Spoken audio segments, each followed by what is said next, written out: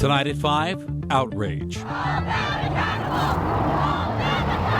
Students demand their leaders and peers do better than the racist pictures spread on Snapchat. School leaders promise action. The children promise to hold them accountable. Obviously, the kids aren't learning that this is wrong. Plus, the city of Denver receives a long list of suggestions to improve policing in our city. And we're tracking storms on the horizon for the weekend. It's been one of the most emotionally charged weeks we have seen at a Colorado school. Today, dozens of students at Meade High School rallied on campus demanding punishment for a small group of their peers. And we do want to warn you that the photo they're angry about can be triggering for some people. It shows 3 students reenacting the death of George Floyd, and one of the students is in blackface. It went up on Snapchat earlier this week. Meade High School principal Rachel Ayers says she found out about it Tuesday. She wrote a letter to students and parents Wednesday, admitting the teens took that photo at school. On Thursday, St. Vrain Valley Superintendent Don Haddad condemned the photo. He wrote in a statement, quote, "We have no tolerance for racism in any form, and we will be addressing this extremely serious matter immediately." They are not moving quickly enough for the students who gathered today. Denver7's Liz Gilardi has their story.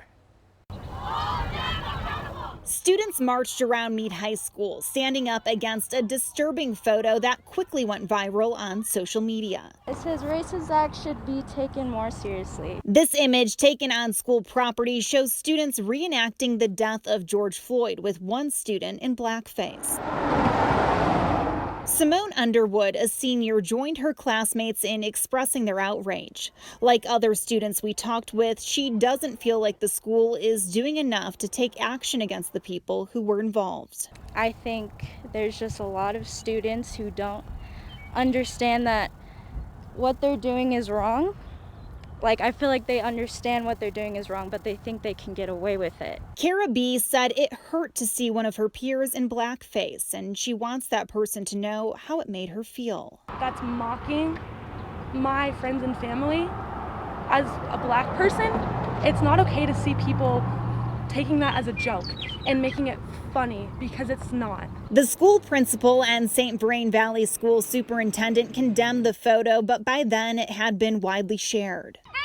They knew what they were doing when they took the time to paint their face black. During the protest, students stopped at the spot where the photo was taken and held a moment of silence for George Floyd. Okay, everyone, so we're going to go over to where they took that picture, and you're going to take 8 minutes of silence. They marched despite a threat against the school. The principal put out a message saying they worked with law enforcement to identify the student and determine there's no ongoing threat. And that was very scary. That's exactly why I think they should do more about this. Obviously, the kids aren't learning that this is wrong. But these students made it clear their voices won't be silenced by hate or fear. Liz Gilardi, Denver7.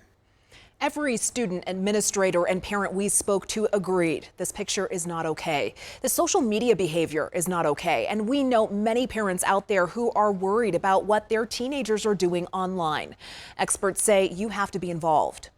If you're gonna let your kids play in that world, and you're going to, you have to be in that world too. What I really see most teenagers doing with them is hiding their photos.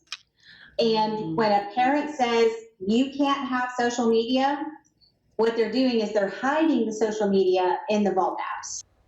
While monitoring your kids can be a proactive approach, experts say you must be ready to react when your child slips up. It is going to happen. Teach them to learn from their mistakes and teach them how to apologize when they hurt someone. More Coloradans are getting back to work. The monthly jobs report shows our labor force now is back to pre-pandemic levels. Unemployment rate now 6.4%, higher than it was in 2019, but half of what it was this time last year. And while the data shows some people are returning to work, many businesses insist they can't find workers because the workforce is making so much money on unemployment. Well, today, state leaders explained their plan to fix that. The Colorado Jump Start program offers $1,600 to an unemployed person who accepts a full-time job in May, and then $1,200 if they are hired in June. It adds up to a few extra dollars an hour for someone working a 40-hour-a-week job. We really do support this incentive model because it recognizes families have struggled. This has been a very hard year. And this is also helping families transition back into work. And we think that's a positive way to kind of make it a win-win for everybody. Employers get the employees they need, and families get a little bit more in terms of resources. There are roughly 138,000 Coloradans eligible for the program. Governor Polis has already transferred $500,000 to the program from the Colorado COVID Relief Fund. The state estimates it could cost up to $57 million. The rest of the cost will be covered with funds from the federal stimulus and FEMA reimbursements. We are back under a weather action day as Colorado braces for some stormy weather. Mike Nelson is tracking it for us tonight. Mike, the wind really caused some chaos on my patio this afternoon. I tell you, it's really whipping. We've had gusts over 50 miles per hour, and so the showers borne in on that wind are moving fast. Right now, just a partly cloudy sky in Denver, but you can really see the camera bouncing around in our Viero camera out in Akron, Colorado. And farther to the north, some thunderstorm activity up around Sidney, Nebraska. There is a severe thunderstorm watch northeast Colorado and western Nebraska. That's until 10 o'clock tonight.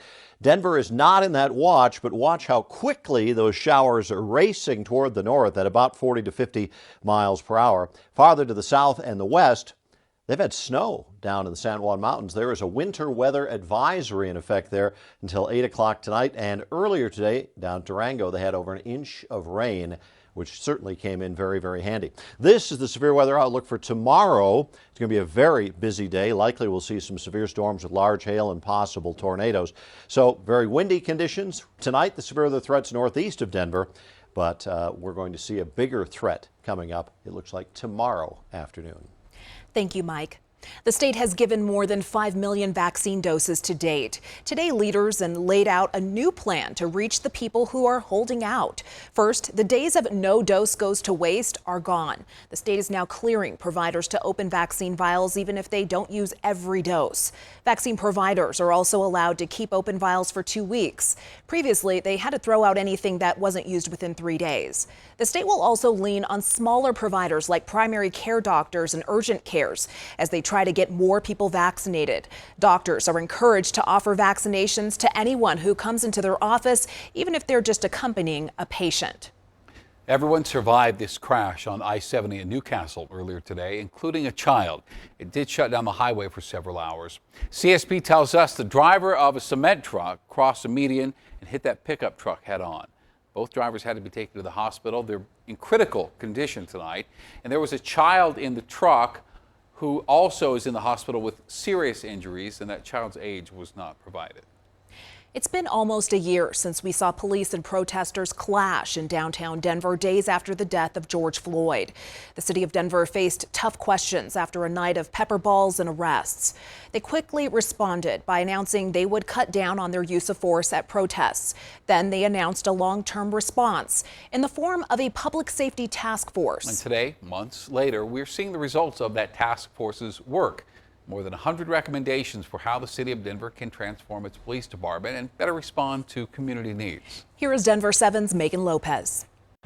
It starts with a question. What is public safety? So many cities and states have antiquated definitions of public safety. A question that sparked a conversation that led to 112 recommendations for how Denver can evolve. A task force that started after a summer of civil unrest. We need to begin to identify how we minimize police interaction with citizens. Dr. Robert Davis served as the project coordinator for the group. The recommendations include more police oversight and training. Community should be involved in helping to develop curriculums and training programs for law enforcement. It calls for an independent monitor that is truly independent and for the city to rethink how police are used. When is it necessary for someone with a gun and other weapons to respond to a situation? But the report goes beyond policing, recommending changes for community resources, things like substance abuse, housing, and mental health help. Resources need to be allocated to things that people need in order to prevent and reduce harm. rather than respond to harm with more harm. DU Professor Dr. April Alexander reviewed the recommendations and says many are not new, but the question going forward is, who do we hold accountable for making sure that these recommendations are met? How can we experiment with some of these recommendations to see if they actually do resolve some of the issues that we're having within our community? However, the task force says this is only the beginning. Really, it's a foundation for us to begin to do this real policy change work. Megan Lopez, Denver7. Now, the city and Denver police tell Denver7 they're reviewing the recommendations. They're going to have more on this next week. Council President Stacey Gilmore said in a statement she's looking forward to working on ways to reimagine public safety.